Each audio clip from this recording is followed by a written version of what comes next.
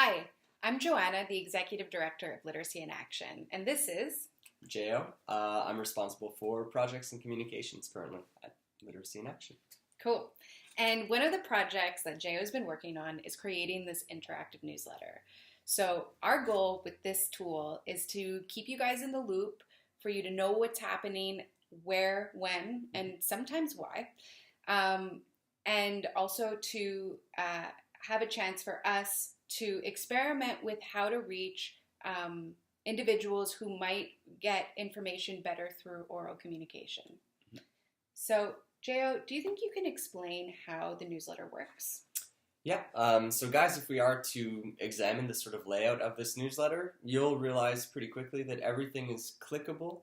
You'll see a bunch of photos or links to videos that you can click on if ever you want some more information, as well as if ever you have more questions that we don't seem to answer here, feel free to contact us. Do you want to talk about computer literacy? Sure.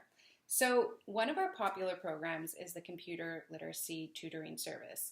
And what that is one-on-one tutoring service. That being said, guys, if computers aren't your thing, Project Help is up and running again. Last year was the pilot season, I guess you could call it, and it turned out to be a great success. So if you guys would like to know a little bit more about the project and what it has to offer, there is the video that you may click. And if you want to become a volunteer or get in touch, you can always contact Maggie George. Her email is included right there. Indeed. Books to Belly is actually a program that was also very successful last year. It was piloted in Danville, and then Sawyerville and Bury through the Eaton Valley, at the Eaton Valley CLC, got to pilot it as well. So what we learned through that program was that there was a really high interest in families to have an opportunity to gather with their friends and neighbors and family members and cook together. So the program itself is actually includes a story time and a cooking workshop, but all oriented around essential literacy skill development for both the child and also for the parent who's looking to kind of practice and develop their cooking skills and maybe learn a few new recipes along the way. If it's something you want to get involved in, you can feel free to contact us or one of the CLCs that was mentioned just now. So what about Mother Goose?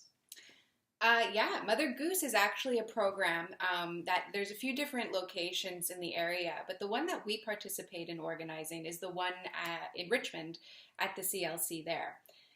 They meet on Fridays at 9:30 a.m. And if you're interested in getting involved, then you can scroll down to the bottom and you'll see a nice little picture of one of the sessions that happened a few years ago.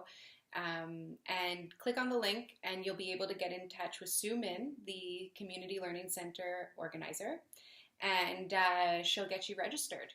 So something that I realized that was on the calendar this month is the Research and Advocacy meeting. Do you care to explain what that is exactly? Yeah, that'd be great. I'm glad you asked.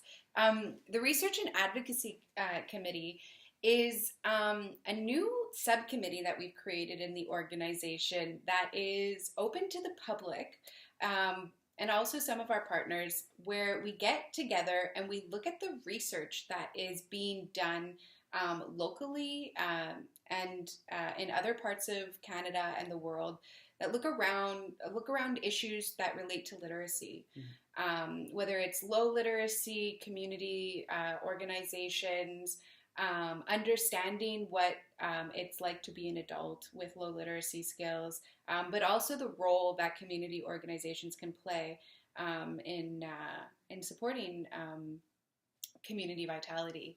So we've just started it. We've only met twice, but we'll be meeting for the third time later this month. Later this month. And the idea is really just to get a dialogue going. Last year, as an organization, we got to speak a lot to government bodies and do a little bit of advocacy, which is where the advocacy component comes into this committee. So the idea is that if Literacy in Action is being asked to represent the voice of the English-speaking community of the Estrie region, we want to know what you guys are thinking what your needs are, what your interests are, and what kind of services you might want. So the idea of the subcommittee is really just to get that dialogue going, and for members of the community with higher literacy skills to get involved to help us prepare documents, but also for members of the community who might be struggling with reading and writing to have a place to share their story and to help others better understand their lived experiences. So if you are interested in that, feel free to get in touch directly with myself. The link will be below. Yeah, it's one of those, it's not so much of an event, but it's going to be an important component to our organization and how we plan for the years to come. So that's a wrap. Thank you so much for being part of this experiment with us. Thanks, guys.